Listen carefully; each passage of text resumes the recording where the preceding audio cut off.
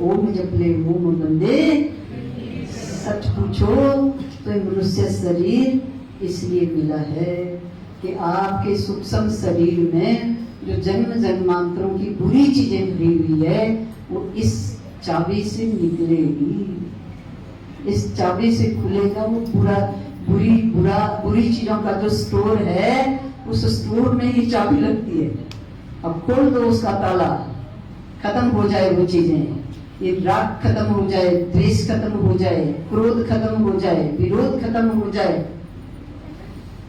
अहंकार खत्म हो जाए, ये जो मैं बकरे की तरह ये मैं खत्म हो जाए, द्वैत खत्म हो जाए, एक हो जाए हम अपने आराध्या के साथ, एक होकर जिए।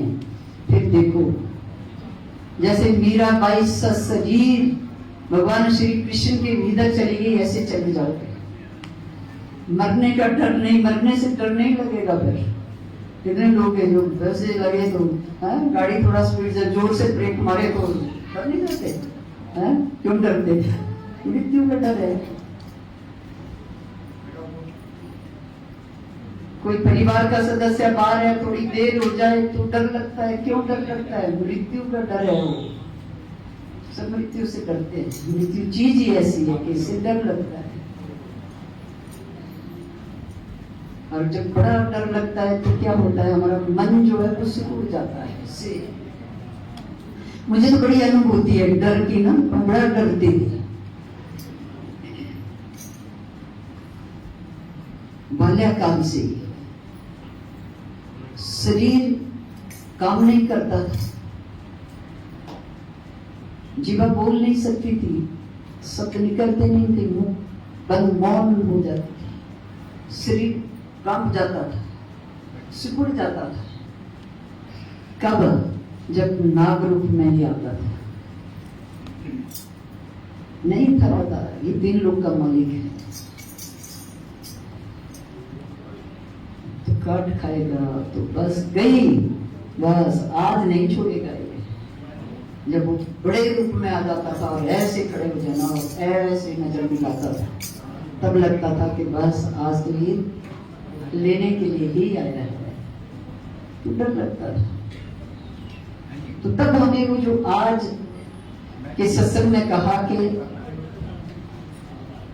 मन सिकुड़ जाता है, हमारा सूक्ष्म शरीर सिकुड़ जाता है जब हमें डर लगता है।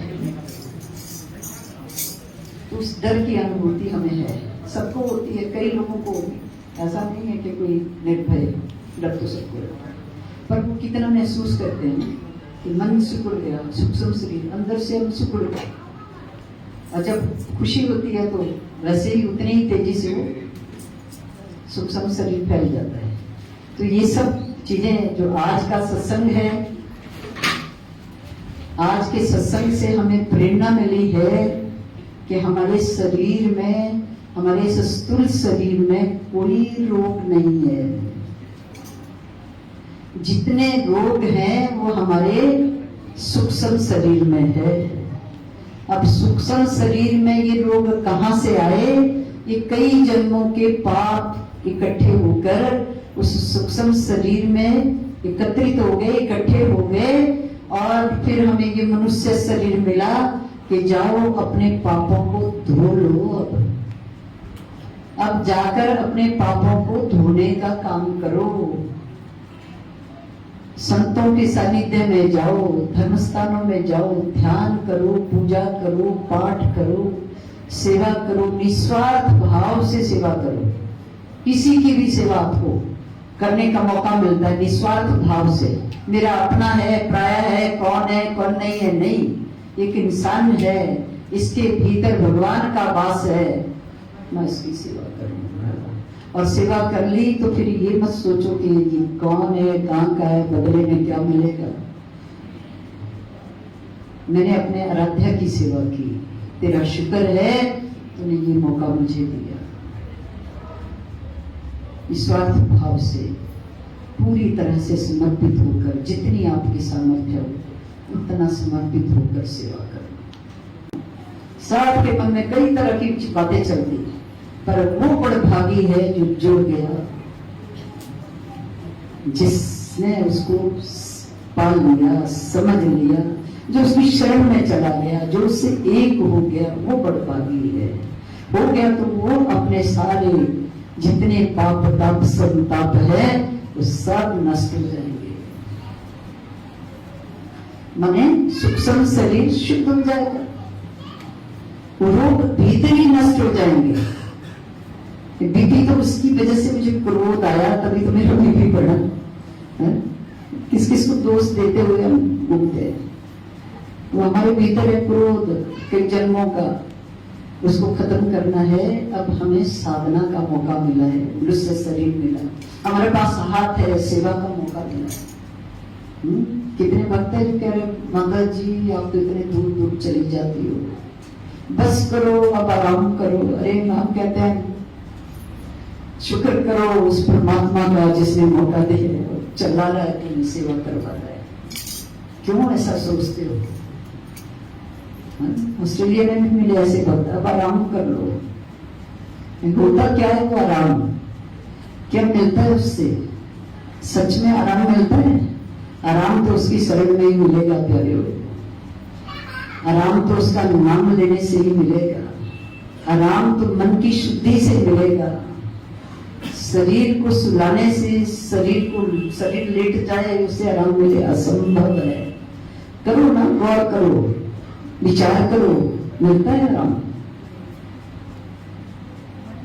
जितना नाम उसका जपोगे, जितने उस परमात्मा के साथ एकाकार होकर रहेंगे, जितना उसको अपनी यादों में रखेंगे, उतना आराम मिलेगा, सुख मिलेगा। सच्चा सुख उसी की शरण में है। और दुनिया की जितनी चीजें आप इकट्ठी कर लो, भौतिक सुखों में कभी आपको आनंद की अनुभूति नहीं हो सकती। इसलिए हम कहते हैं चले आनंद की ओर।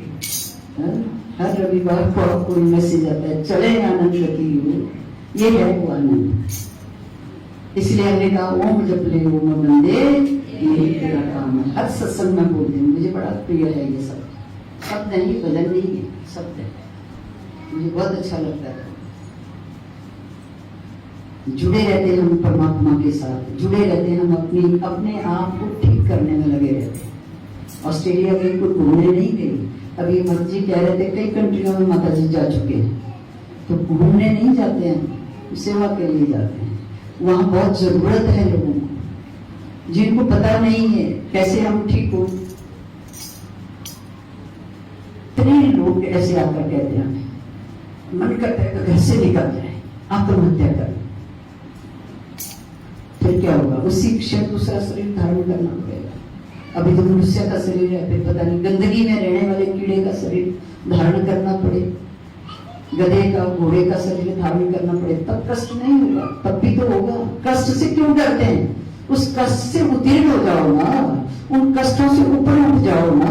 हमारे पास तो बुद्धि है, सोचने और समझने की क्षमता है। समझो, उठो ऊपर, बुरी चीजों से ऊपर उठ जाओ, ईमानदारी से अपने आप का, अपने मन शरीर को शुद्ध करो। जो कुछ भी हम कर रहे हैं वो किसी दूसरे के लिए नहीं कर रहे हैं, ऐसी भावना होनी चाहिए। किसी के लिए हम कुछ नहीं कर रहे हैं, हम जो कर रहे हैं अपने लिए कर रहे हैं। अच्छा कर रहे हैं तो भी हमारे भीतर कि एक एक क्षण का जो कर्म है वो सब हमारे सूक्ष्म शरीर में जाके स्टोर हो जाता है। जितना आप ये रिकॉर्ड कर रहे हैं मोबाइल लेकर, ये सब आपकी उस मोबाइल के भीतर जो चिप है उसमें जाकर स्टोर हो रहा है। अब जब इसको ऑन करोगे, जो आपने स्टोर किया है वही तो देखोगे, जो आपने रिकॉर्ड किया वही दिखेगा। ठीक उसी तरह जो कर्म करेंगे वो हमारे मन शरीर में, हमारे सूक्ष्म शरीर में जाएगा। और फिर ये सूक्ष्म शरीर जब दूसरा शरीर धारण करेगा, ये आत्मा जब दूसरा शरीर धारण करेगी, तो सारे जितने पिछले कर्म हैं, कोई क्रोध, कोई विरोध, किसी का दिया हुआ, किसी का स्थापित किया हुआ हमारे भीतर नहीं है। छोटे छोटे बच्चों को भी क्रोध आता है, उनको क्या दिक्कत है? कहां से आया वो? सब प्रारब्ध है। तो ज्यादा लंबी चर्चा न करते हुए आप सबसे आपके कल्याण के लिए जो जो चर्चा आपने सुनी, जो बातें आपने सुनी, उनको धारण करें, अपने भीतर उतारें और अपने जीवन में उन बातों को, चीज़ों को, उनका आचरण करें, जीवन में उतारें, अपने भीतर उतारें। करना क्या है? छोटी सी युक्ति है भाई, उसको याद रखना है बस। और भी तो कईयों को याद रखते हो, उसको भी रख लो।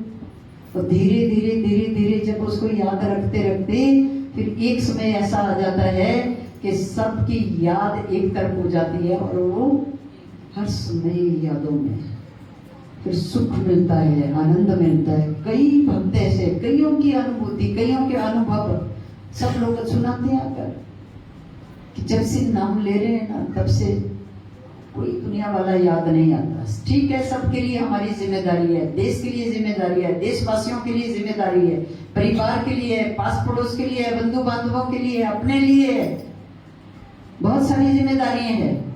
पर वो जिम्मेदारी है, उसको हम निभाएंगे, पूरी मेहनत करेंगे, हम कर्मठ बनेंगे। वो दिमाग, इस तरह की सोच, फिर इस तरह का मन हो जाता है, सोचने और समझने की जो क्षमता है वो बढ़ जाती है। छोटी सोच निकल जाती है, ये अच्छा है, ये बुरा है, ये ऐसा है, ये वैसा है, सब निकल जाता है। सब अच्छे हैं, सबके भीतर भगवान का वास है, अपनी अपनी समझ है, अपना अपना कर्म है। कौन प्रारब्ध क्या गठड़ी उठाकर सिर पर बोझ रख के आया है, तो वैसे ही तो करेगा, वैसे ही चलेगा। जिसको समझ में आ जाती है वो सब क्रोध विरोध से ऊपर उठ जाता है। जिसको समझ में आ जाती है बातें, वो ईमानदारी से सेवा करता है। जिसको समझ में आ जाती है चीजें, वो दिखावा नहीं करता। जिसको समझ में आ जाती है चीजें, वो झूठ नहीं बोलता। जिसको समझ में आ जाती है वो बेईमानी नहीं करता। और जिसको समझ में आ जाती है वो सफल हो जाता है। जिसको समझ में आ जाती है उसका जीवन सार्थक हो जाता है और वो आनंदमय जीवन व्यतीत करता है। गुरु मापति